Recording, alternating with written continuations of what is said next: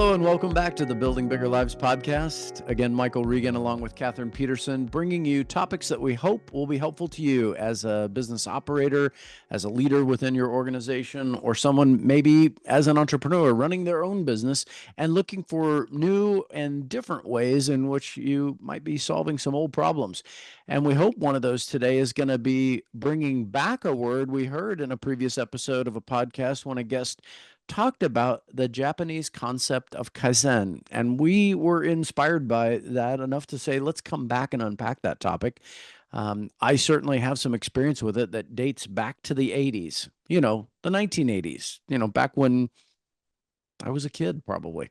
But we'll talk a little bit about that, and we'll hopefully find some application for this term for you in whatever avenue of business that you're in, because I think once you see how Kaizen is unpacked, you'll start to see quickly why it has been embraced so resoundingly over the last 50 years outside of the Japanese culture. It's one of their greatest exports, but we'll talk more about that. Kathryn, welcome to the podcast. Always great to be with you. Nice to see you, Michael, and hear you, I should say, for those podcast listeners. So let's kind of go. So what was fun is digging into the topic, because sometimes the research is almost as fun as presenting it. So this was one that had a ton of history, a ton of information, but we're going to kind of cover it quickly. So looking it up, the way I think to describe it best is it's a Japanese philosophy translated to good change or change for the better, but it talks about continuous incremental improvement in all levels of an organization, and that leads to big change over time. And that I think was cool. The other thing I thought was pretty cool is there's some history about Toyota, World War II. So this goes way back, and I think that makes it kind of fun to see how this philosophy has carried from a long time ago into a lot of aspects of business. So let's dig into it. I know you have a story for us, and I haven't heard the story, so I'm excited to hear this. Well, okay, we'll dive in there. I think what makes the story kind of fun is my father used to work for Southwestern Bell Telephone Company, which back in the days in which AT&T was Ma Bell, there were lots of regional phone companies, and so those phone companies at some point in the early 80s were broken up through the divestiture of AT&T, and all these basically regional bell companies became their own standalone companies and suddenly needed to be able to function on a really competitive level, because part of that deregulation was designed to increase competition so that the consumer would have more choices. And so, that's kind of the basic macro economic overview of that. So good or bad, AT&T was broken up, and now Southwestern Bell has to stand on its own. My dad was sent to Washington, D.C. to be a lobbyist for the company, and that's how I got to the D.C. area and spent my high school years in Northern Virginia. I know some of our listeners are some of my friends from back in that era, and that's how I got there. During that time, my dad and his organization decided he got sent to Stanford to do some MBA work, and during that time was introduced to this concept of Kaizen. And as they began to study it as a business philosophy and learn more about it, it also inspired them to want to learn more about it from the people who, in fact, originated it. So just as you described, I think Toyota is probably the most successful name that we all know, but many organizations within the Japanese culture were embracing some of these principles. And so my dad and a team of people made friends with some organizations in Japan, and they went on an envoy where they were invited over like guests of honor to come over and Wow. learn about this great culture. So, back in the 80s, I don't want to imply that Japan wasn't open to the West, but probably one of the more closed cultures of our lifetime in that era. And so many things in Japan were still very traditional and very unique to the Japanese culture. So it was an exciting time for my mom and dad to get to go there, because it was like visiting a place that had, mythically existed, but not many people had been to. And one of the things they came back with after having done research on this was a real sense of clarity over what we all could learn from Kaizen. That this wasn't just some business philosophy that worked in a 5S framework, which we can talk a little bit about if that's exciting for our listeners, at a large manufacturing level or at a large distribution level. But some of these things were the kind of practical things that have ended up in books that you and I have read, like Atomic Habits, the idea of continuous improvement in personal applications, and that this 1% improvement a day played out over a period of time is massive. And the Japanese really not only believe this within their identity as a culture, but they practice it in every way. It's not just their business, it's how they live. And I, having been to Japan myself, my wife spent a summer in Japan while we were in college, and we have traveled over there as a couple. I'm just fascinated by it, Kathryn. I think there's so much we can learn from that, and I think a lot of it was rooted in that introduction I got from my mom and dad back in that Mhm. envoy in the '80s. By the way, fun fact, gifts are a big part of the culture. Exchanging these gifts. My mom and dad came back with this beautiful Japanese coffee table. I don't know how they ended up with a coffee. Wow. Yeah, can you imagine shipping this thing back in the '80s? I mean, it was like a major act of Congress to get it here. But what we took, or what my dad and his group took, they took autographed baseballs from Stan Musial, Hall of Famer from the St. Louis Cardinals. And baseball is such an important part of the Japanese culture that this was like getting a Babe Ruth ball. Like, these guys were blown away that we even knew Stan Musial, much less could bring autographed baseballs from him. So just really fun stories and experiences.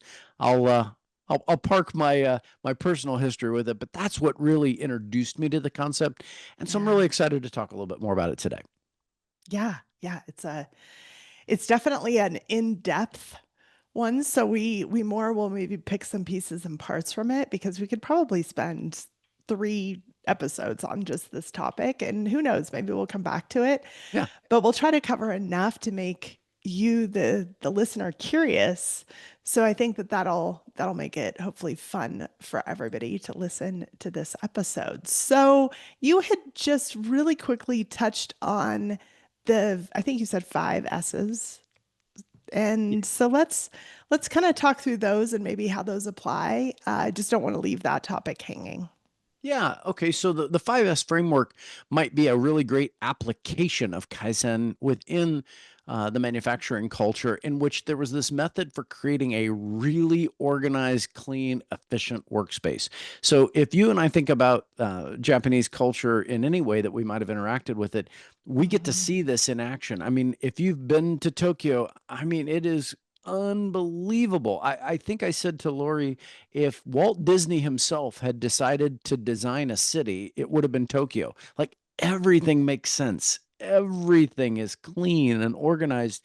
I mean, to think that I think 30 some odd million people live in the prefecture of Tokyo is baffling to the mind, because when you're there, while it is, you're aware of the fact that there are people everywhere, it does not feel like other cities around the world that are that big. Say if you go to India, where there are cities that big, or Mexico City that's that big, or other places that maybe don't embrace this cultural practice of Kaizen. They don't look at it through that lens of organized, clean, and efficient, and so it's different. I don't want to imply better. Every culture. So if you're out there and you love Mexico City, that wasn't a dig on other places around the world. It's just part of what makes Japan a unique culture, is they've embraced this. So the 5 S's, when applied in the workspace, come out like this. I won't attempt, by the way, to give you the Japanese words. You can look them up if you want to learn how to speak them in fluent Japanese. But the first thing they want to do is they want to sort. And this one makes me Mm. think of a guest we had. You remember when we had Courtney Yeah. Wilson? I was just thinking about her. I mean, whether she knows, I'm gonna have to go back to her and find out if she's studied Kaizen. Sorting is such an important first step to the 5S framework. And really, it's exactly what it sounds like. It's recognizing that before you can attack a problem, whether it's something you're building, whether it's something you're making, whether it's something you're fixing, you've got to first of all get organized in that workspace by sorting and separating things into different categories. The simplest place to start is necessary and unnecessary. You and I use a tool like this that's built on that framework. I've showed you the Eisenhower matrix where we do Mm-hmm. this on a whiteboard and we're sorting ideas there rather than actual physical stuff. But sorting is the first S of that 5S framework. And that allows us to then move to the second S, which is set. You set in order. Once you've organized, now you start putting them in a sense of priority. There's a certain, okay, what's going to be my plan of attack? I think you and I've talked about this example when I've said, this is the way Lori and I used to attack the inbox. Remember the old inbox? Not in your Outlook, the actual one that used to sit on your desk. And over the course of the week, it would get full of all this stuff because somebody'd come by your desk and drop a file in, or, hey, I need you to take a look at this. Okay, put it in my inbox. I can't tell you how overwhelming that is for people. Can you relate to this? Have you ever had a full inbox? Oh yeah. It's crazy. Yeah, and if you've had it, some people get, oh, I love, getting into my inbox, but most people it becomes a monster, and it's almost like that closet in their house. Like you walk in, you're like, oh, the place is beautiful. Hey, listen, I'm gonna hang my coat up in this closet. No, no, no, no, no, don't open that door because they've stuffed everything in there. That's kind of how the inbox gets. It's like I can keep my desk organized because everything's in this pile, but we have no idea what's in there. Well, separating those necessary things when we sort is there, and then arranging them in a certain way is really allowing us to attack them and move to that third S, which is what they call to shine. That's to clean the workspace. Now, this is a step that gets missed a lot by Americans. We are sometimes willing to work in a disorganized environment. If we feel like, hey, what I need to work on has been sorted and it's been set in a certain order, it's go time, they will look at the space around them and say, am I operating in a clean environment? Because a clean environment is a clean mind.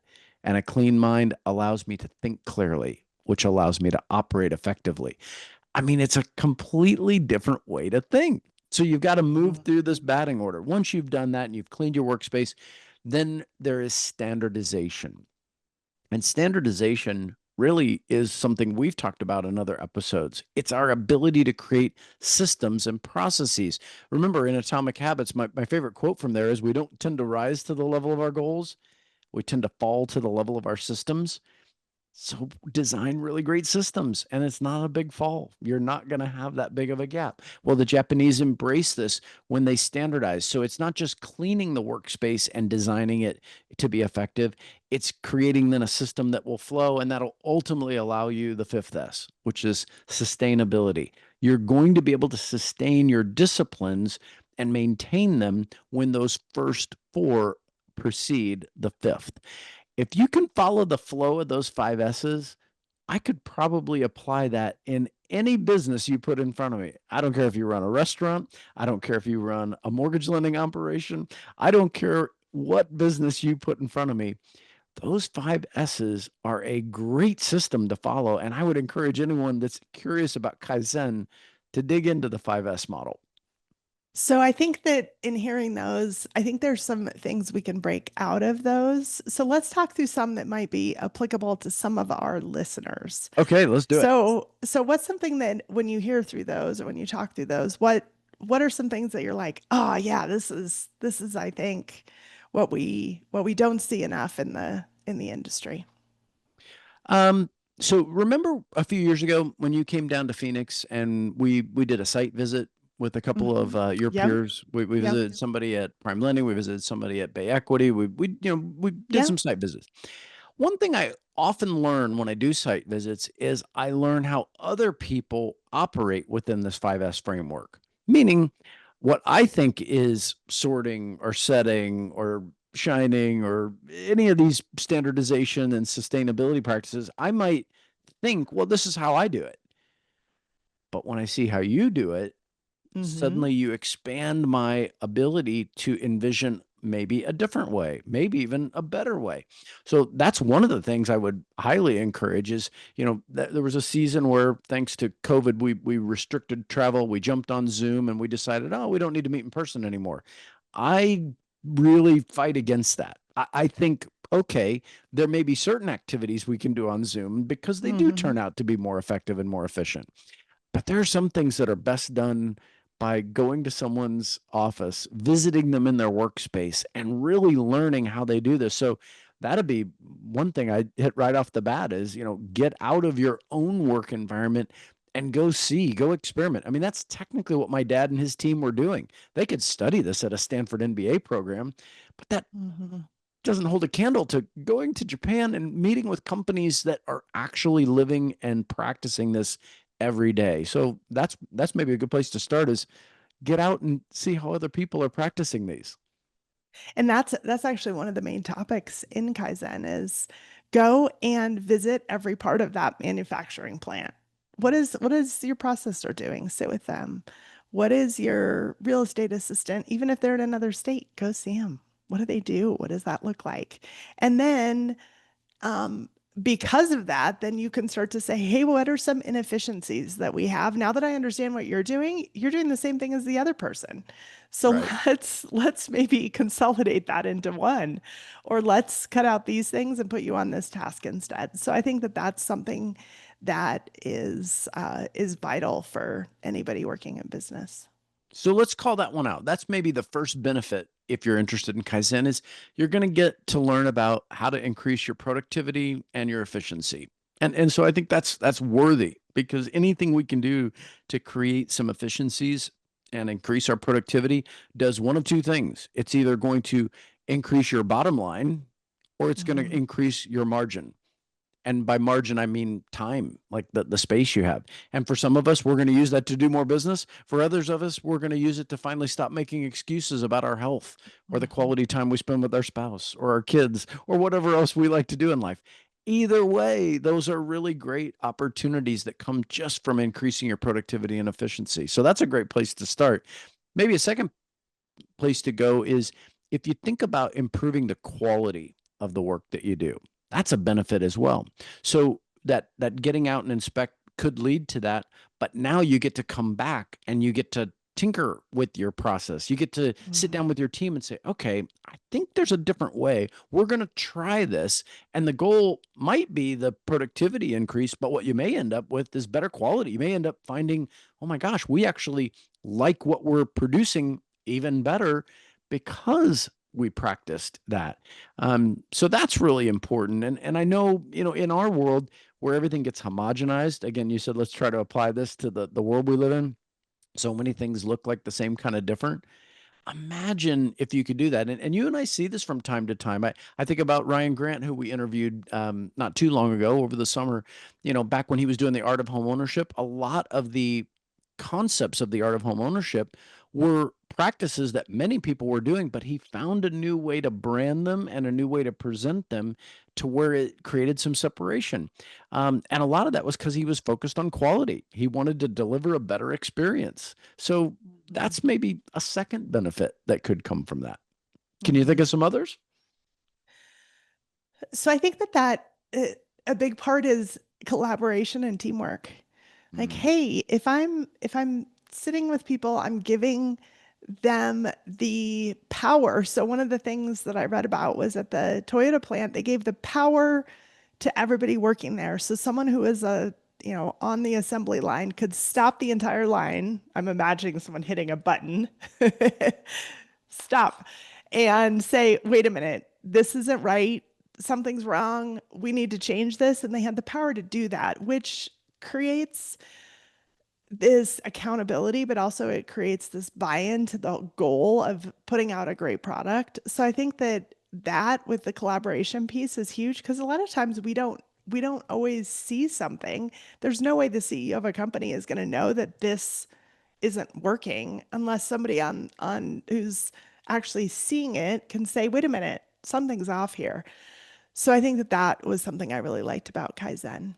that's great. Let's call that a third benefit because I think when you do that, think about employee morale.